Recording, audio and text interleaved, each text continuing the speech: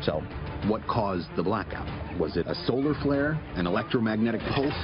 Physics went insane. The world went insane. That's a clip from Revolution on NBC. It's a show where modern society is obliterated overnight thanks to an electromagnetic pulse, or EMP. It's not just the stuff of television, potentially, though. North Korea just yesterday tested a rocket engine that American officials say could be intended for use in an ICBM, an intercontinental ballistic missile. Meanwhile, America's own missile defense system failed to shoot down a test rocket that was flying over the Pacific Ocean. John Moore is an electrical engineer. He says the Korean missile could hit the U.S. with an apocalyptic EMP attack. Mr. Moore joins us tonight to explain how that might happen and what it might mean. Mr. Moore, thanks for coming on. You hear things about EMP. Explain it for us, if you could, just in English. What is this? What would it do? How does it work? It happens when somebody sets off a nuclear explosion above the atmosphere, and this destroys or disrupts the electrical power grid, computers, communications, basically takes civilization back to the 1800s. So it disables anything electronic. Are we sure this could happen? I mean, it's never happened. We're sure it could happen. We're sure it could happen.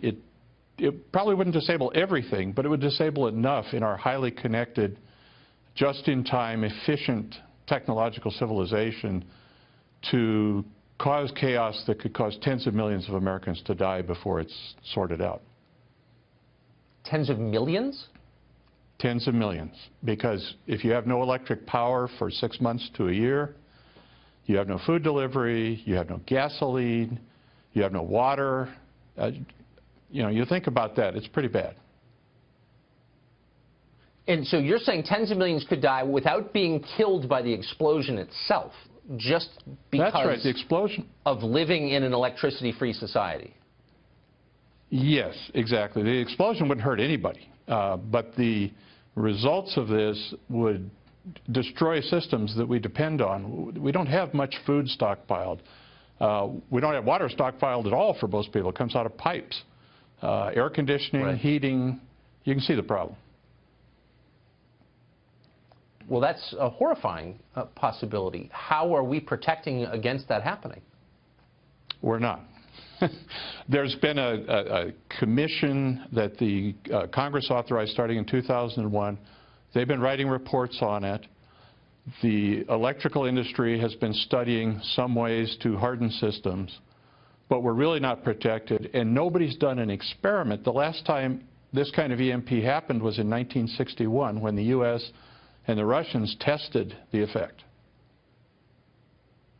But why wouldn't this be at the very top of the priority list if the effects are that overwhelming and terrible? Well, that's one reason I wrote my PJ Media article, is because everybody's worried about nuking San Francisco. Is North Korea doing that? This is far more terrible, maybe not quite as dramatic and a lot more science fiction-like. But part of it is the military has focused on this for a long time, but it was in the context of nuclear war where losing the electrical grid and so on was kind of the least of our problems. So why would it take a year if the grid were disabled to get it back online?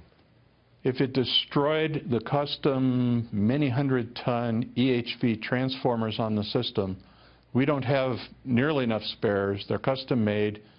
It takes a long time to build them. It takes a long time to deliver them. There's also the control systems that would go out. Nuclear power plants could melt down because of damage to their control systems. It could take a very long time to restore even a semblance of what we're used to. I'm going to try not to order a year's worth of freeze-dried food on my phone in the commercial break, John, but I may not be able to control myself because you've just rattled me. Thank you very much for that. Appreciate it.